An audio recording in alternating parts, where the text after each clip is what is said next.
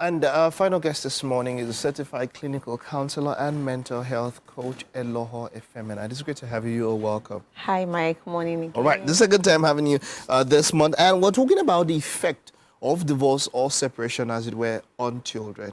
Now, we know that we're not talking about the rate, but we know that the rate of separation and divorce is quite high. I mean, the last time we spoke about I think self-awareness. Yeah, self-awareness, and then if married. you've already made a decision, but then some people get to realize after they've made a decision, and then they feel that it is in their best interest to either separate or divorce, and there's nothing wrong with that. But then, in a case where kids are involved now, you now have to start thinking about mentally how to raise them and ensure that this does not have effect. It's quite hard. I mean, a lot of people have spoken about that. We know that the family is the basic building block of society. Exactly.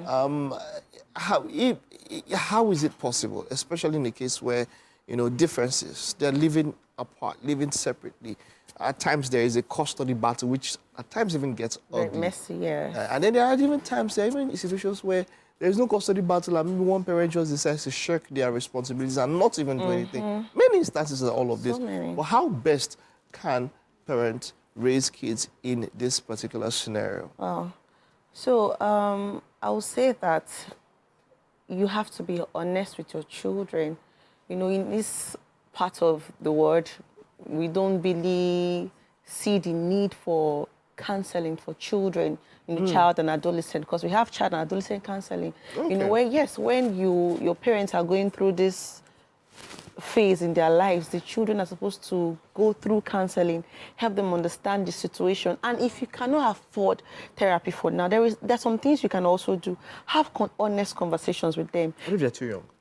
Okay, that's the thing. Divorce actually affects the child. That's before a teenager. When you are trying to address a teenager, it's different from addressing a child. Yeah. Teenagers can kind of understand, but people neglect the child and feel that she's still small now. She might not understand.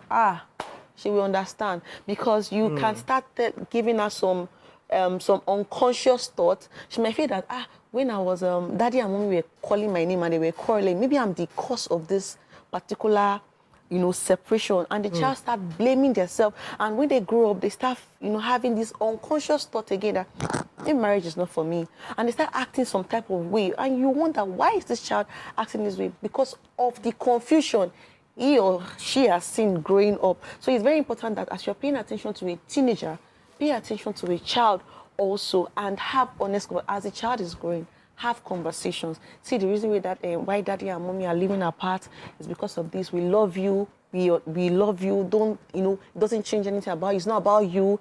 It's just us. Honest conversations are very important in this this phase of life. But, in a case where we've seen where, even in society, where people have, in quotes, weaponized children in such a way that, okay, so I'm having issues with the mother or the father, and then the children get to suffer. I mean, I've seen a case where irresponsible men will come and say, "Oh, if the mother doesn't come back, I'm not going to pay for the school fees for the kids."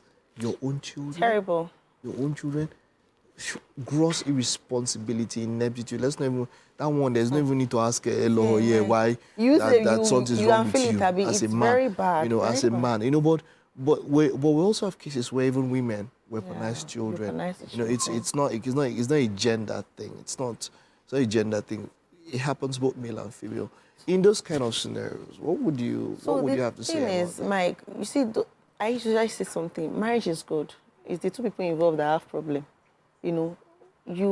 If a father is using the child as a weapon against the mother, or the mother, vice versa, that these two people, they have problem. So if the authorities can come in this particular case, there is, in civilized world, developed worlds. Yes. Permit me. You can see social workers.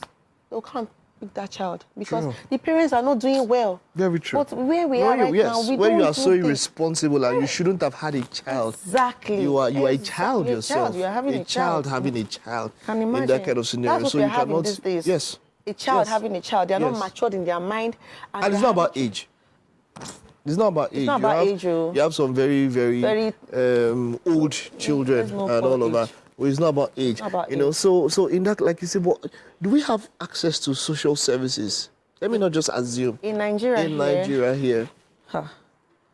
I can't say. I also can't say because as far as I know, it doesn't. I mean, it doesn't happen. Maybe, but in I'm this, not saying. but in this scenario where can one go to the court of law to, to enforce some sort of responsibility from a particular, maybe from a father or something to the children, if that particular parent is capable? I know that it's possible that one can do that, right? To enforce. You're legally married. You are legally married, right? Yeah. You have right to your children, both the father and the mother, and you know that your spouse is, trying to, use the children against you. You can actually petition your spouse. I'm not doing it again. That doesn't mean that you will now start, misbehaving or start using the children against me. The court should be able to petition that particular spouse that you have to stop doing this, or we are going to sign or, file something against you. So, of course, you can do that. So most of the time, the kids are mostly with the mother, yes. But then we also even have cases of where the kids are with the father. And I know that in each scenario, it's not, they are unique. A father raising a kid or kids is different from a mother raising them. In those particular scenarios, what would you say? Okay, let's talk about a father, a single father. Maybe something has happened, the mother is not available or something, and then the father has to raise the kids. How best can a father create an environment for the children to Mike, grow? that is a very, very important question, because a child cannot just be solely raised by one parent. It's very difficult. It is, but you look, have to have. It happens. Yes, a lot of people that today that are even good enough were raised by one parent. It's circumstances. It will happen. Yes, you know what you can do at that point is to have either a mother figure for that child. Yes. And if it's the woman, have a father figure. I'm not saying you should have to be your boyfriend or something, because that can confuse children. Like, daddy and mommy are not together, and I'm seeing mommy with another guy, or I'm seeing daddy with another guy. This child should know that this person is my mentor. Okay, let me use that word. But a father or a mother figure, because a man has a role to play in his daughter's life, as well as the mother.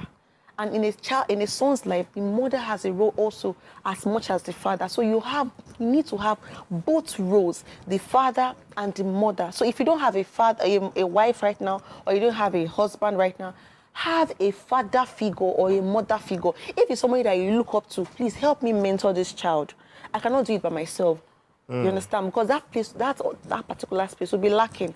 So you need a father figure, a mother figure for that child. All right. I'm not fully satisfied. I wish we had more time to talk. No, just you have to be satisfied. Because of time, because of it's so wide. It is wide. Maybe we should talk about it next time. Well. Yes, we'll probably continue on a part 2. We've spoken about it well so far. What I mean is that there are more questions to ask because of everything that you say would lead to more questions. But thank you very much for coming. Thank you. And because of that, we have breakfast for you. Oh, you're fasting now. Hello is fasting, so don't worry. We're not coming to the kitchen. Stop, Mike. We just have to end the show now. You're not fasting. I want to eat. It's Lent. Oh. At the same time, it's Ramadan, so you have to choose one. Why did you call the food at first? Why? Yeah. All right. We have to head over to the kitchen, and of course, Ella will be joining us there. Thank you.